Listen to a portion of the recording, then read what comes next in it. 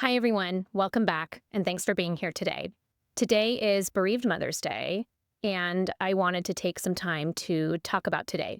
And if you're not a bereaved parent, you probably don't even know that today exists. We're going to talk about what this day means and ways that we can feel closer to our kids, not just today, but every day.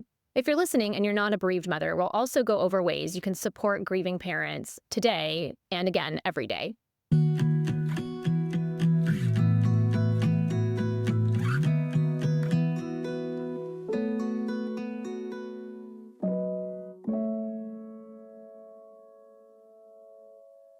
Bereaved Mother's Day was founded in 2010 by Carly Marie Dudley.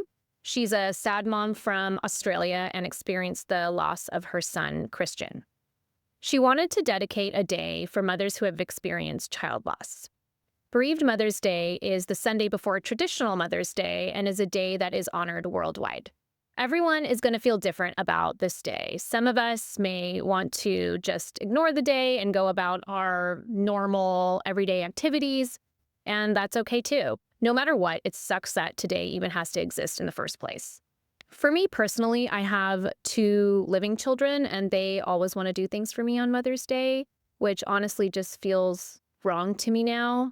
My son made me a mom, so it just feels super fucking shitty, and I haven't wanted anything to do with it. I honestly just go into a deep, deep depression on Mother's Day. My girls and my husband understand that it's a really difficult day for me, so I'm able to do something really small with them in the morning, and the rest of the day, I just want to crawl into bed and hide under the covers until it's done. This will be the third year I've spent Mother's Day without my son, and it just feels really wrong to me. The more time that passes, the harder it gets, and I think that's something that society doesn't understand. It doesn't get easier, it gets worse as more time goes by, because the more time that passes, the further I am from the way he smells, how his hair feels, the weight of his body on my chest. Those things begin to feel more and more distant. And the more distant I get from physically being with him, the more painful it becomes. I am constantly trying to remember all of those moments and tattoo the feeling of him into my mind. In a sense, for me at least, Bereaved Mother's Day feels more authentic to me. I also think it's important to recognize that there are many sad moms out there that have lost their only child, multiple children, or all their children. All of us are going through something different, so maybe Bereaved Mother's Day today makes you feel seen, or maybe both days are just awful. I don't know. I will say that I am very intentional about how I spend today. I am lucky enough to have a small group of sad moms that live local to me. So the past couple years, we've gotten together and brought pictures of our kids, and we spend the day talking about them and talking to each other. Because at the end of the day, no one else is going to understand this pain better than we do. I know not all of us are going to have sad moms that are local to where we live, and maybe being around people today doesn't feel right. If all you can do today is survive it, then that's okay too. I want to share some ideas that have helped me feel more connected to my son, not just today, but these are things I've done over the past 2.5 years that have helped me in continuing my relationship with him and just not feeling so fucking bad all the time. The only way I've been able to get through this time is by doing things that make me feel closer to him. Otherwise, I don't see the fucking point in living this life. I'm not a baker, but Ryland's birthday is on October 29th. So on the 29th of each month, I bake something special for him. And the 29th of each month is Ryland Day. So it's a day that I just think to celebrate him and remember him, because we get so busy in just the shit of everyday life, of things moving so quickly, that on the 29th, it helps me come back to him and come back to finding a way to honor him. Like I said, I'm not a baker in any way. I have no talents in that department, but doing that for him every month feels like I'm still taking care of him in a way and like I'm still celebrating his life. I have another sad mom friend that will get her son's favorite foods on that day and they'll go to her son's favorite places. So I like that idea too. Ryland's birth flower is marigolds. So another thing we tried was planting marigolds outside of our home. That being said, I'm also not good at gardening, so that didn't necessarily end very well. So if the symbolism of your child's birth flower wilting away is too much, please don't do that one, and I'm sorry. Walking out in nature always helps me. I had to go back to work 7 weeks after Ryland died, and I'm sure some of you have had to go back to work even sooner than that. But going back to work was and still is incredibly difficult. It helps in that I'm distracted while I'm there, but masking my grief every day is just exhausting. I find that I've become an extremely disassociated human being because you have to with all the small talk and conversations you have to be in. So a lot of times I'm having a conversation with someone, but I'm not even there. Since I don't always get to feel my feelings on a daily basis, every Sunday morning I go to the beach and I walk and I watch the sunrise and I cry my fucking eyes out. I find that I have had to suppress so much emotion, not because of myself, but for others. Grief can make you really, really quiet. So I found that this ritual I have of going to the beach and sitting there and intentionally grieving my son has helped. If you have close friends and family that you feel safe with, you can ask them to come over and share some comfort food and talk about your child. So that's another option. I don't have any friends or family I can talk to about Rylan or my feelings, hence this podcast and why I'm here talking to you guys. But I know that's something that other sad moms do who have a supportive circle. So that might be something that could be helpful. Journaling and writing a letter to your child is another one. I've tried to be better about journaling. I haven't been very consistent. I have a physical journal where I write letters to Rylan, and then also I will write letters to him on my Instagram page sometimes. There are also some really great journaling apps out there where you can add photos and voice notes, and that makes journaling really simple. So I've tried that too. And it's easy because you can add music, you could do a voice note, you can add pictures, and you can just do like a reflection. So sometimes I'll find a picture of him in my camera roll and I'll just write my thoughts of my memories of him because I don't want to forget. So I feel like journaling again helps me feel connected to him and to my memories of him. If you have living children, I had my girls decorate a memory box for Rylan, and they'll write letters to him and draw pictures and put them in there. Something I do every day with my girls and my husband is look out for signs from him. When Rylan was alive, if you would have come and talked to me about signs, I would have told you you were out of your mind. But too many things have happened since he crossed over to the other side that cannot be explained. If this is not your thing, I totally get it, but I've read so many grief books over the last couple years, and the only one that has actually helped me, which is not necessarily a grief book, but it's the book Signs by Laura Lynn Jackson. She also has another one called The Light Between Us. I've read both, and they've helped me understand how to feel connected to Rylan, which is really all I want. Another sad mom I know has done scavenger hunts of her son's favorite things. So on his birthday, she posted on her social media a list of all of his favorite things that he loves, places he likes to go, food he likes to eat. And then people would send her photos of going to like his favorite restaurant and doing his favorite things. And I thought that was really creative. I like that one too. I haven't tried it yet. So those are just some thoughts for you sad moms out there and just some things that I do. I'd really love to hear more ideas if you guys have any. So let me know how you honor your child. I love to hear more and try more things. We're all grieving children, but it's going to feel different for each of us. So do what feels right for you. And if all you can do is get out of bed today, I think that's a big fucking accomplishment. I know that we all hate having to be the ones to teach other people how to help us and what to do with us. So I'm going to go over a few do's and don'ts for bereaved mothers today on Bereaved Mother's Day. And again, every day. Number one, and probably the most important one, is do acknowledge our children. Say their name, share stories and memories if you have them. Let us know that our kids are not forgotten. And I think people feel really awkward about this, but if you care about the sad mom you're supporting in any way, talk about her child or children. As sad moms, we have to walk this life without our children physically here with us. And it's compounded by the feeling that our children become invisible or no longer exist because nobody wants to talk about them or become awkward when we try to talk about them. An example would be my son Rylan loves pink trees. So I have friends or people I don't even really talk to that often that will message me a picture of a pink tree and say, thinking of Rylan today. It can be something that simple. And if you don't know the child well, you can ask. How was your weekend? What did you and Rylan used to do over the weekend? What kind of stuff does he like? And I'll be honest, it might catch us off guard because it's not something that people typically do, but don't give up and keep trying. And I think a lot of people will also say, well, I don't want to bring something up to upset you. Let me tell you something.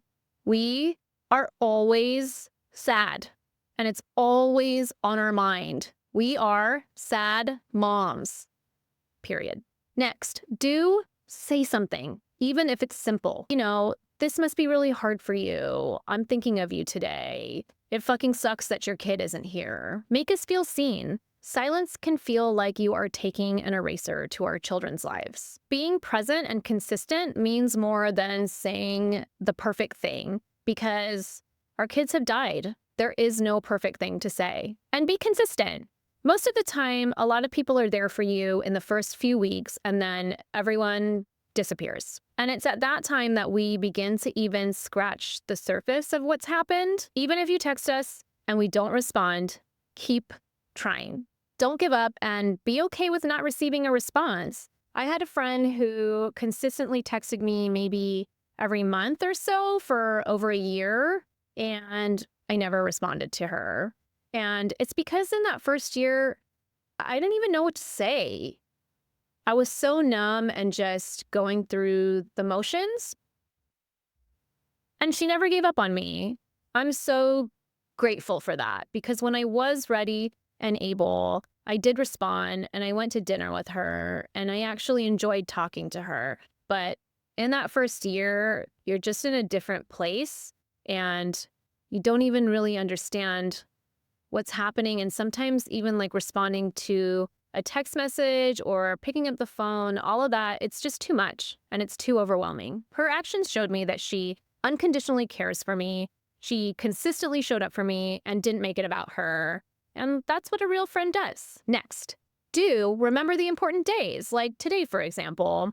It's Bereaved Mother's Day, and it's important to acknowledge our truth. So again, a simple message. I'm sorry today exists. I'm remembering you and your child today. I love you. I care about you. And then traditional Mother's Day is also coming up.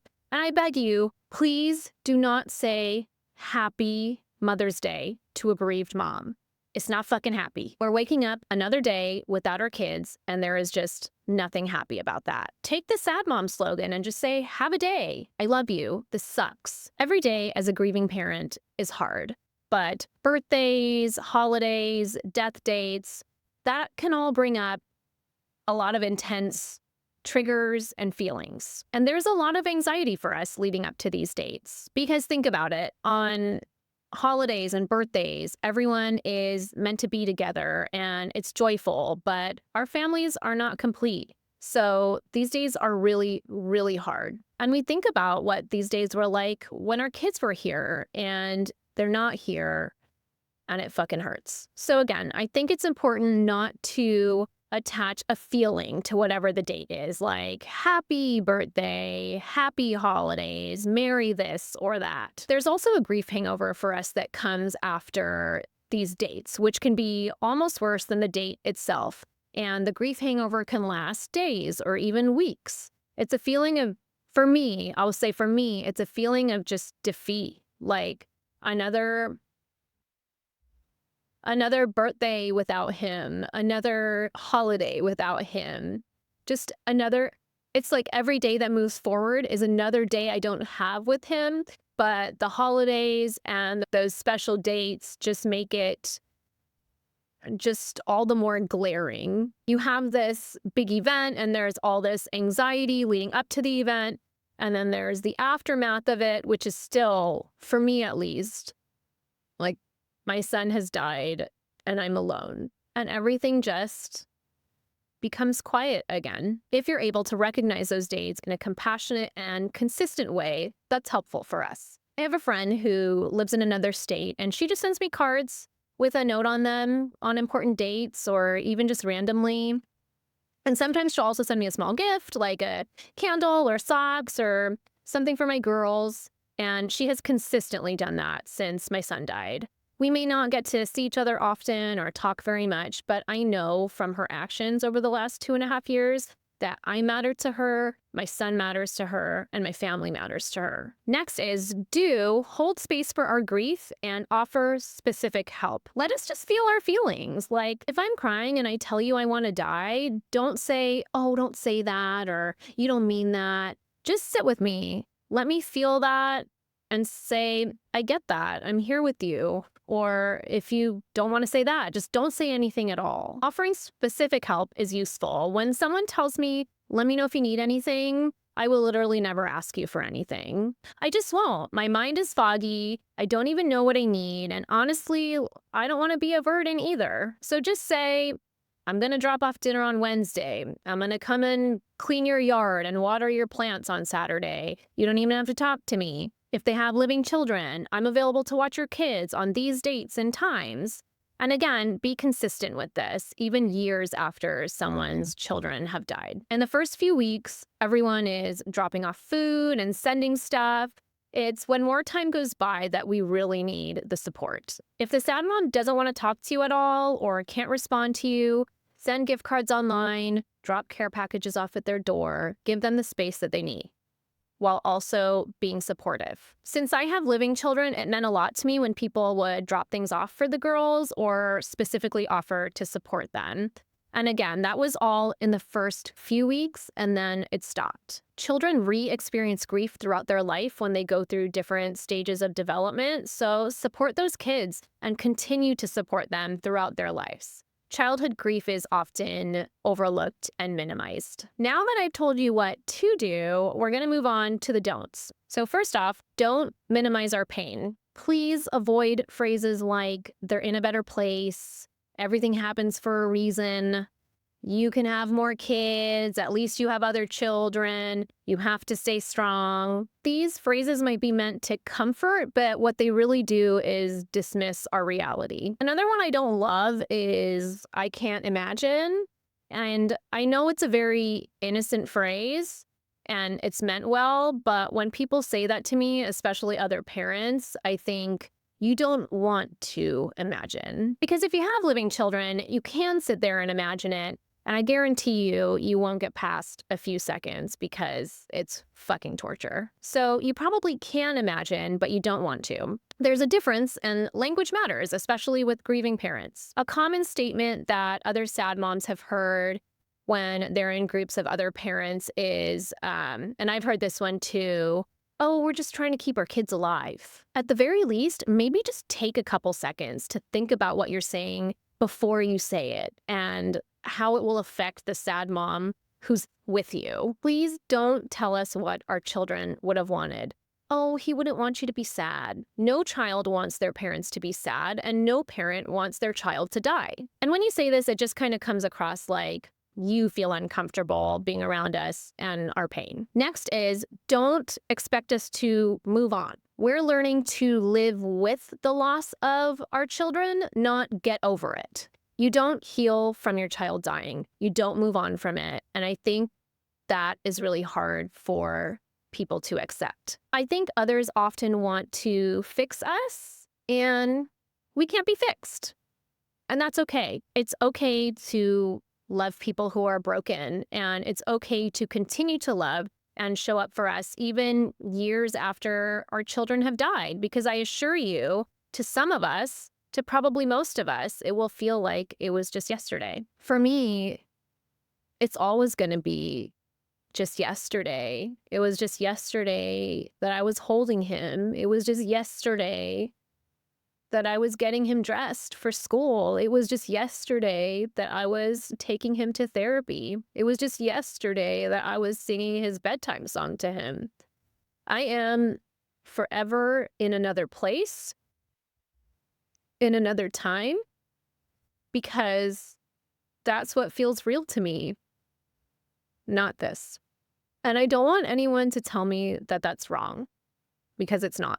Next is, don't assume that we're better because we're smiling or because you see us laugh. We may look okay on the outside, but that doesn't mean that we are okay in any way. Us sad moms learn how to carry our pain quietly, and we continue to do the things that are expected of us. A lot of comments out there are, well, if my child died, I would never get out of bed again. I'd die myself. Well, you do die yourself, except that you continue to live, which is a whole different kind of fuckery in itself. The last thing, don't make it about you.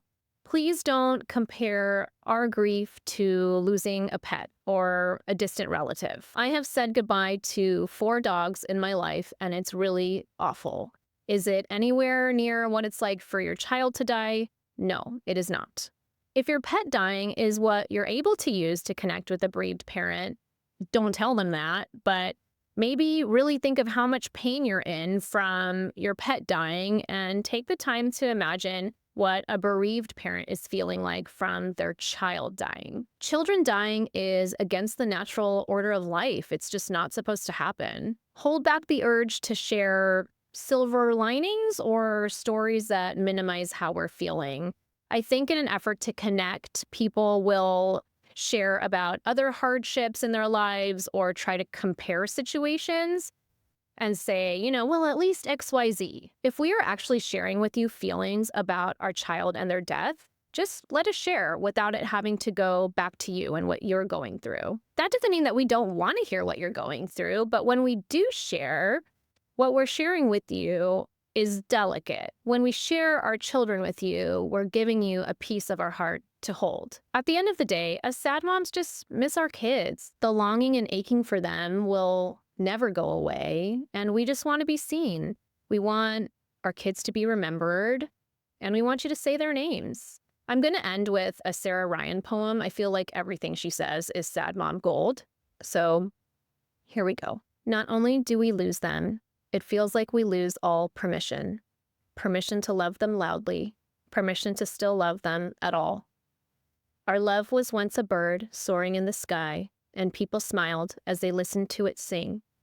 Now they try to cage it and wrap twine around its beak because they don't like sad songs.